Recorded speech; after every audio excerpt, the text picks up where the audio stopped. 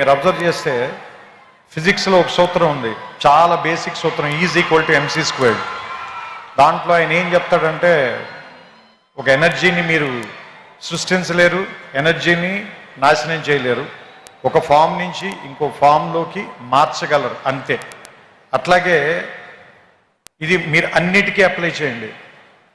మనం పుట్టక ముందు నుంచి నేచర్ ఉంది, మనం వెళ్ళిపోయిన తర్వాత కూడా ఇది ఇలాగే ఉంటుంది.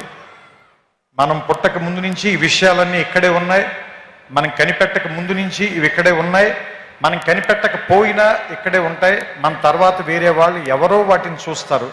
సో మనం చూడటంలోనే తేడా ఉంది తప్ప అవి ఉండటంలో మాత్రం ఏ రకమైన తేడా లేదని నాకు అనిపిస్తూ ఉంటుంది. సో ఆ ఉన్న వాటిని చూడటం నేర్చుకోవటానికి పనికొచ్చేటువంటి ఒక వేదికగా యూనివర్సిటీని భావించాలని మీ అందరికీ నేను చెప్తున్నాను. ఎందుకంటే ఇది ఒక విశాలమైన ప్రాంగణం. మొట్టమొదట ఎవరు రాగానైనా ముందు భయపెడుతుంది. మోర్ దాన్ 500 acres, రోడ్లు ఎంత నడిచినా తరగవు, పెద్ద పెద్ద ఎత్తైన సీలింగులు, దూరంగా ఉండే క్లాస్ బోర్డులు, వినపడినట్టుగా ఉండే ప్రొఫెసర్ల మాటలు అన్నీ కూడా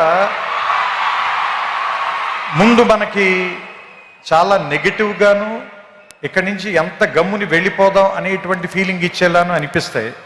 మందు చేదుగానే ఉంటుంది, ఆసుపత్రి వాసన మనకి సుగంధంలా అనిపించదు, కానీ అది మనకి చాలా ఉపయోగం చేస్తుంది.